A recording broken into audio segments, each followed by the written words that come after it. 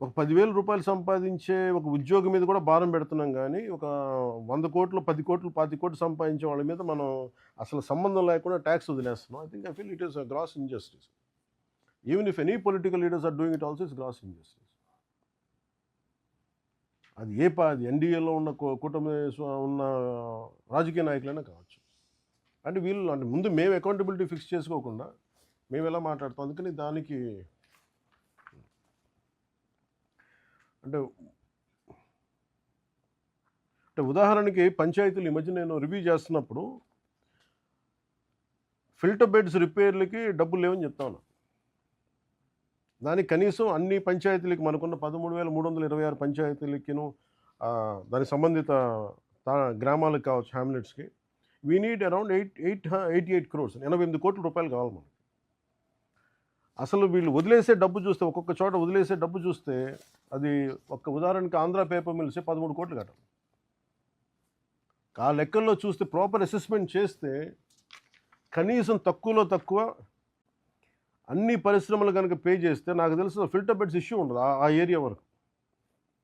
వాళ్ళేమో డబ్బులు కట్టరు, మనమేమో అధికారులేమో రాజకీయ ఒత్తిళ్ళు కావచ్చు, లేదంటే ఇబ్బందులు కావచ్చు, భయాలు కావచ్చు, కానీ మనం వదిలేయటం వల్ల జనం సఫర్ అవుతున్నారు, పంచాయతీలు సఫర్ అవుతున్నాయి, చెడ్డ పేరు ప్రభుత్వానికి వస్తుంది.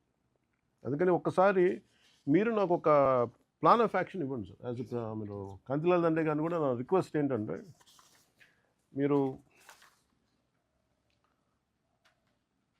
ఇప్పటికీ అంటే చాలా వేగ్, ఇట్స్ నాట్ రైట్, అంటే నాట్ ఒక రైట్ ఫిగర్ కూడా కాదు, ఒక అందాజు ఒక పెండింగ్ డ్యూస్ పరిశ్రమల నుంచే నాకున్న ఈ రిపోర్ట్ కూడా నాకు రైట్ కాదు. నాకు ఇది అండర్ అసెస్డ్ కింద ఈ పరిశ్రమల నుంచి 115.57 కోట్లు రావాలి. ఎడ్యుకేషనల్ ఇన్స్టిట్యూషన్స్ నుంచి ఇంక్లూడింగ్ ప్రైవేట్తో 45 కోట్లు రావాలి. All are under assessed.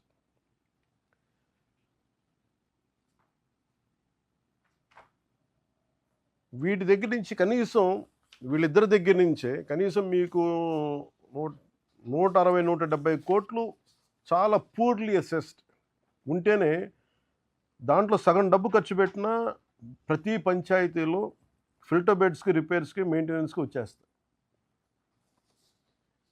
లేని డబ్బుని సృష్టించలేము. ఉన్నవాళ్ళు డబ్బులు సంపాదిస్తున్నారు, ఐ థింక్ ట్యాక్సులు కట్టట్లేదు వీళ్ళు.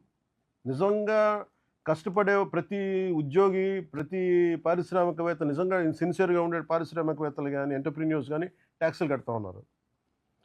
ఈ వాట్ ఎవర్ వాళ్ళ నేపథ్యం ఏంటో తెలియదు కానీ వాళ్ళు ట్యాక్సులు కట్టకుండా స్టేట్ తాలూకు శక్తి క్రిపుల్ అయిపోతుంది, ఆర్థిక శక్తి. అందుకని సమ్వేర్ ప్లీజ్, అది ఆర్థికంగా మన రాజకీయ పరంగా మీకు ఏదైనా ఒత్తిళ్ళు ఉంటే అది మేము చూసుకుంటాం. ప్రత్యేకించి మేము మీకు మాట ఇస్తున్నాను. మీరు యూ డూ రీఅసెస్మెంట్. మీరు వన్ డే మీరు వాటర్ ఆడిట్ ఎలా చేశారో, మీరు ఏమంటారు ఫస్ట్ డే చేసినప్పుడు నాలా ఆడిట్, పల్స్ సర్వే ఎలా చేశారో, don't do it in one day, do it dry for 3-4 days. ఇంకా మళ్ళీ మీరు రేపొద్దున మిస్ అవ్వద్దు అనే పదం లేకుండా చూడండి. అంటే ఎంత పొటెన్షియాలిటీ ఉంది అంటే పంచాయతీల దగ్గర నుంచి రైట్గా రికవర్ చేస్తే 5,496 కోట్ల రూపాయలు. This is a possible potential which could come in to state Exchequer.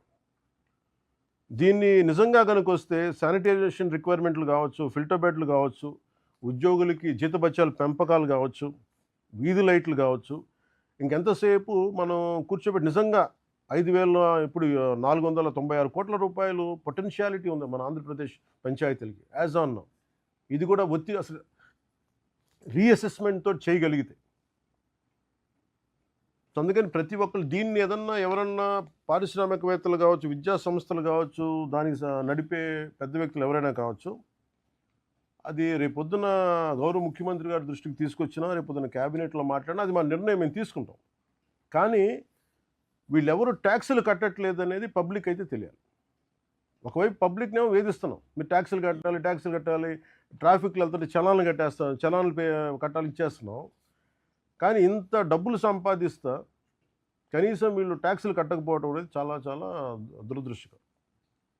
As a government, as a responsible officials, I request you all through Principal Secretary garu, through Kantilal Dandeji, please you take the needful action, sir.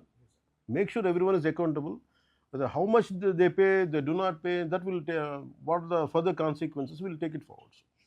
That should be the objective of this Sabha.